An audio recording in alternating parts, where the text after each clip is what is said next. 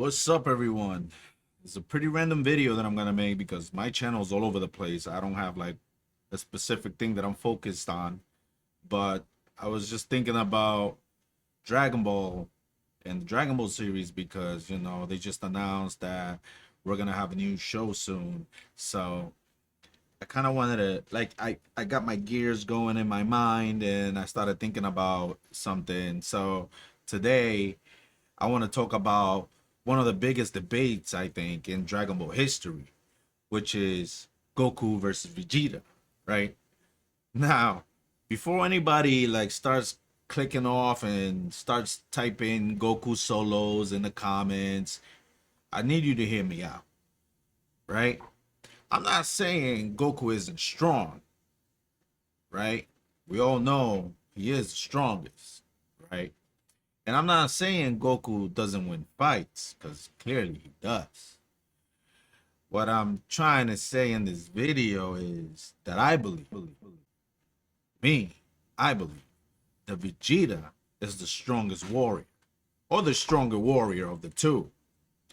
Um, and not because of power levels, and not because of the forms, but because of how each of them got strong and the advantages that Goku has had that Vegeta never did.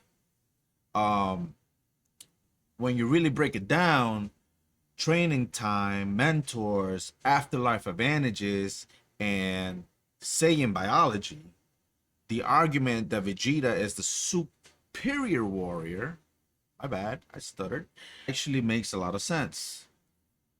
Hear me out, right? The core difference, you know, talent, natural talent versus advantage, pretty much. We got to start with something important since the beginning with Dragon Ball, right? Goku has always had help. Since the very beginning, Grandpa Gohan, Master Roshi, Korin, Kami, King Kai, Supreme Kais, Angels, God of Destructions, and who knows, with the new series, he's probably gonna have Zeno on his side, right? Goku has spent his entire life being trained, guided, corrected, and sometimes even rescued by beings that are stronger than him, pretty much, you know. But Vegeta, my man Vegeta, you know, Vegeta didn't have any mentors. He didn't have gods guiding him, you know. Vegeta grew up as a child soldier, conquering planets, fighting non-stop and surviving purely of instinct and willpower. That's just, that's different. That's a huge difference.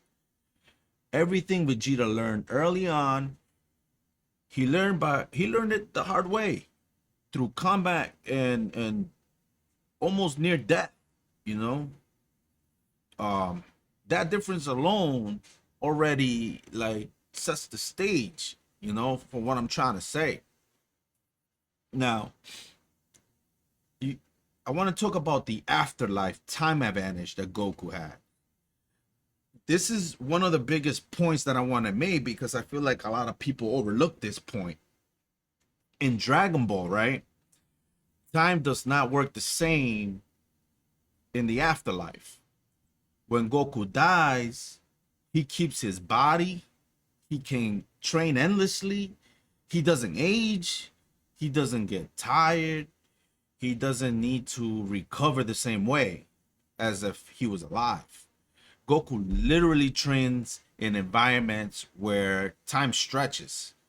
1 year on Earth can translate to far more effective training time in other worlds.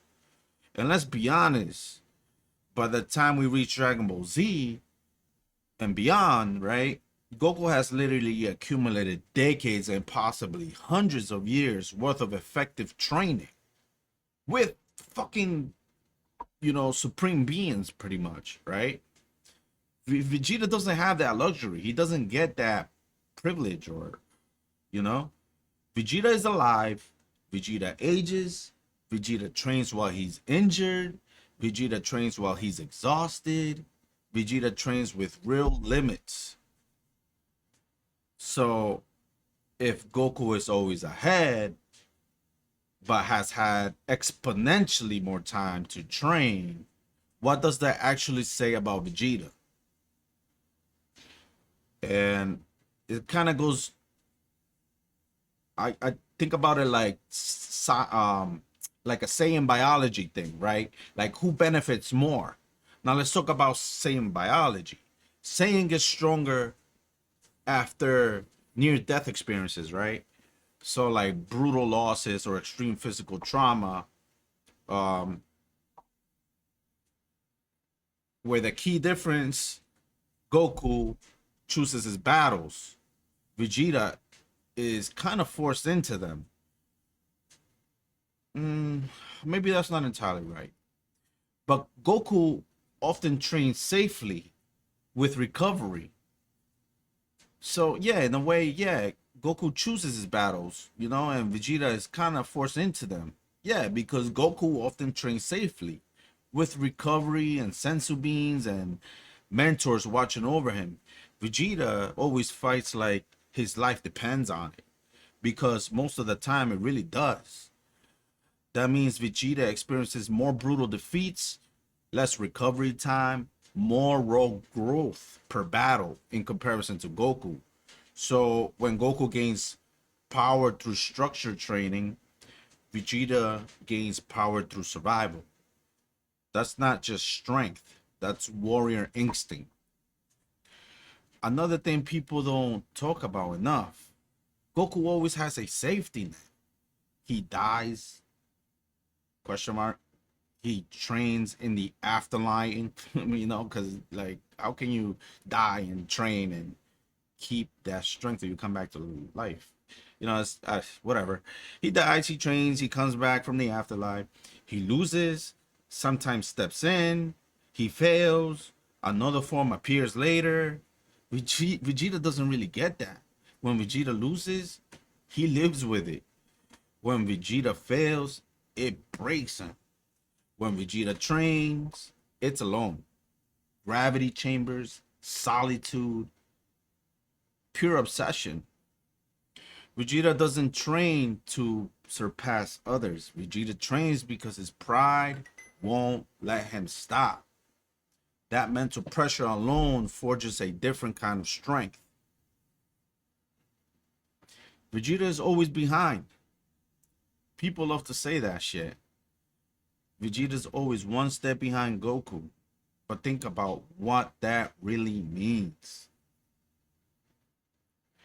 If Goku has more mentors, more time, afterlife training equaled into years more training than Goku, divine assistance, you know, plot protection, and Vegeta is still right there with him, keeping up, then Vegeta's growth rate is actually higher. Vegeta is chasing someone with a massive head start and keeps catching up, you know? That's not weakness. That's proof of superior potential. So, I guess what I'm trying to say is that Goku may have higher peaks, especially at certain moments, more transformations sooner than Vegeta in the series, right? More wins on paper, perhaps, but Vegeta is the stronger warrior, stronger mentally, stronger emotionally, stronger through adversity. Goku thrives with help. Vegeta thrives without it. And if you stripped away all the advantages, the gods, the afterlife, the time manipulation, and put them on an equal footing, I truly believe Vegeta will surpass Goku. That's a fact. Like, I want to hear you in the comments and tell me you disagree. Let me know what you think in the comments. And if you disagree, tell me why. Cause honestly, I think Vegeta's the GOAT. He's just been downplayed by you know the hero of the story, which is Goku. Sometimes